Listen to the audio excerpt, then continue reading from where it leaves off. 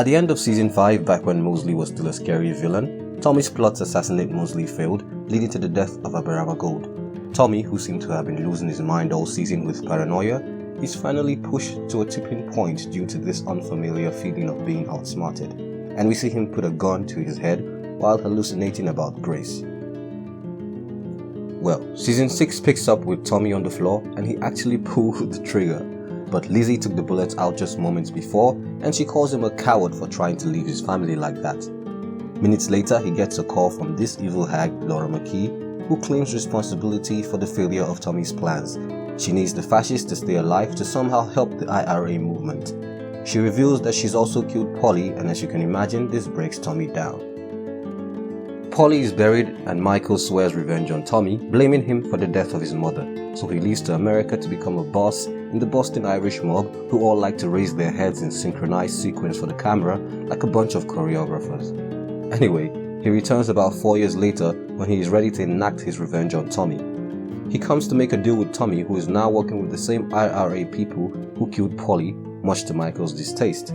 The deal is to have the Boston mob distribute the opium supplied by Tommy and the IRA in America. It is the end of prohibition, so they might as well diversify. Michael notices Tommy doesn't drink anymore. Tommy has sworn off drinking since Polly's death. Tommy hands over the briefcase with the sample to Michael before telling them that he had an informant in their organization. He then tips off the authorities at the docks about Michael and his bag of opium, so Michael gets arrested, reinforcing Tommy's suggestion of an informant. Evil hag number 2, Michael's wife, cannot understand why he wants to work with Tommy again. Gina Gray is also the niece of the boss of the Irish mob, Jack Nelson. So Tommy goes to Gina and he wants to meet with Jack Nelson directly.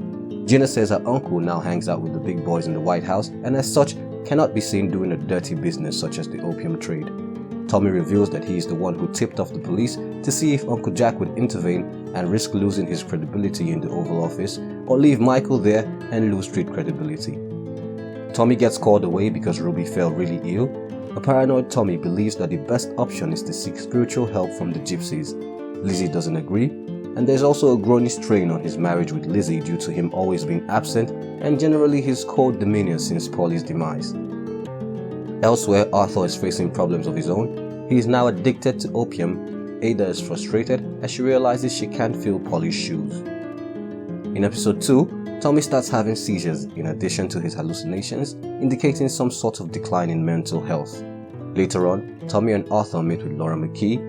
They assure her they will have their revenge for Polly later, but for now they continue with business as usual, with Tommy informing her that Uncle Jack and the President of the United States are in support of the growing fascists in the region, and as such, Jack would distribute the heroin, but in return he would want to enhance the growth of the fascists.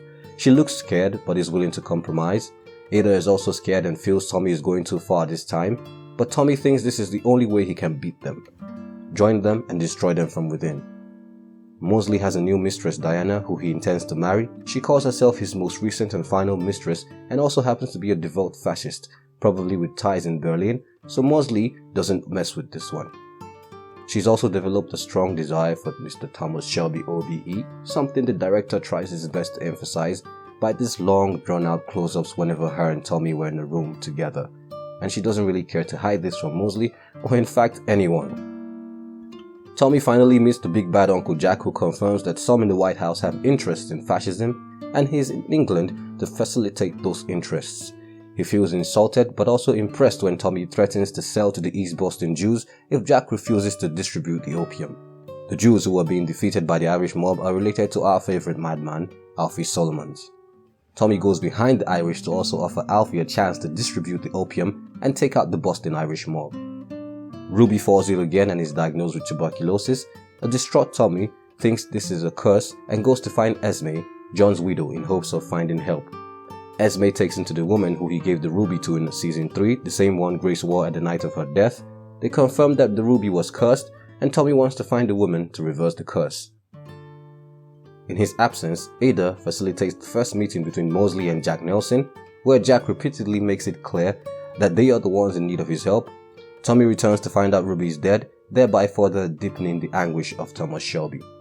Arthur, who's been a mess since Polly's death, continues his own struggles with addiction. He meets a man who he was supposed to be dealing with, but the man's words on addiction seem to penetrate the soul of Arthur, who decides to spare him. After Ruby's funeral, Tommy goes on rampage, killing the woman who caused the Ruby and her whole family.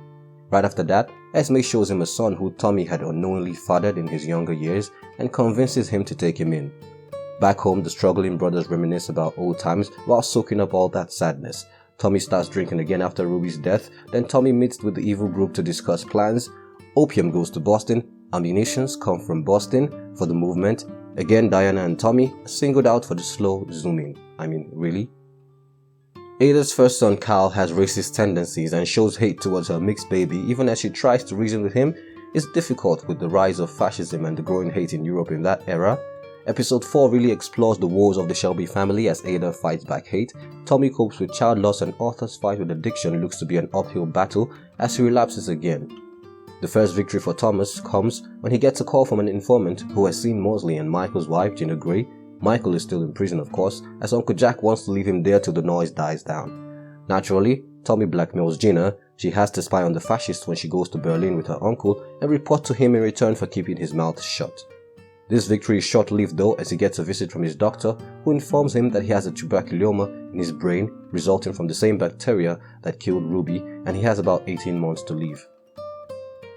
Tommy begins putting affairs in order in episode 5. He introduces his family to his newfound son, Duke. Not everybody takes this well. Duke is to join the family business, but isn't cut out for it at first because he doesn't want to be famous or kill a man for no reason. Tommy's marriage is still in sharp decline. Tommy's next move is to invite Linda back so she can help Arthur regain control.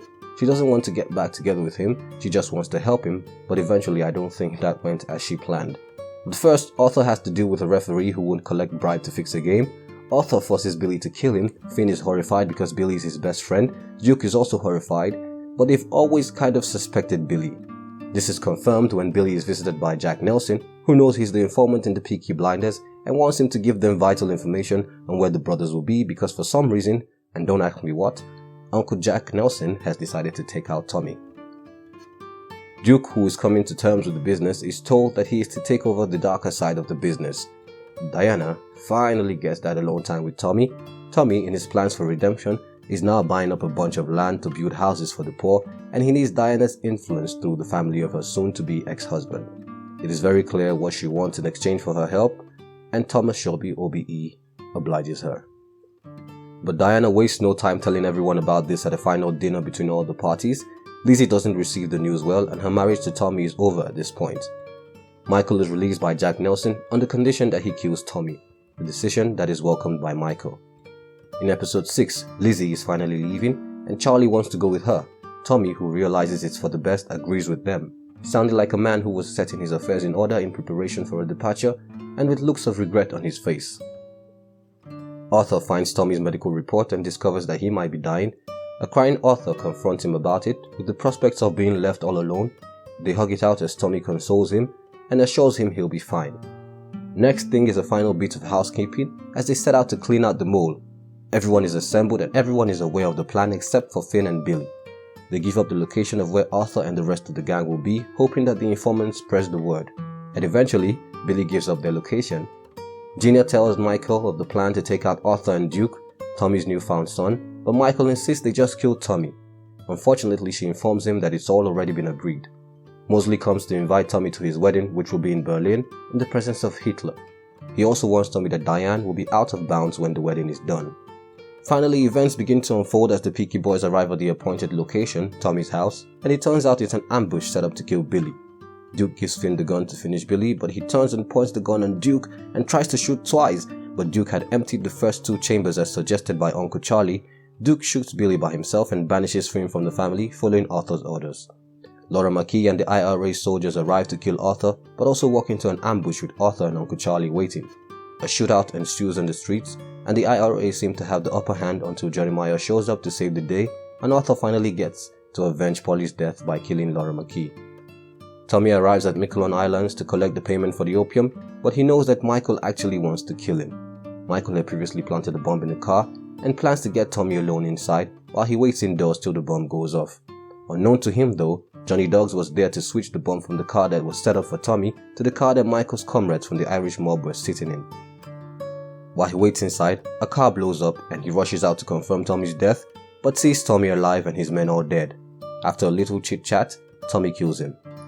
It is then revealed that with key members of the Irish mob away, Alfie was able to regain control of Boston, pushing them out and avenging his own family, thanks to Tommy's plans.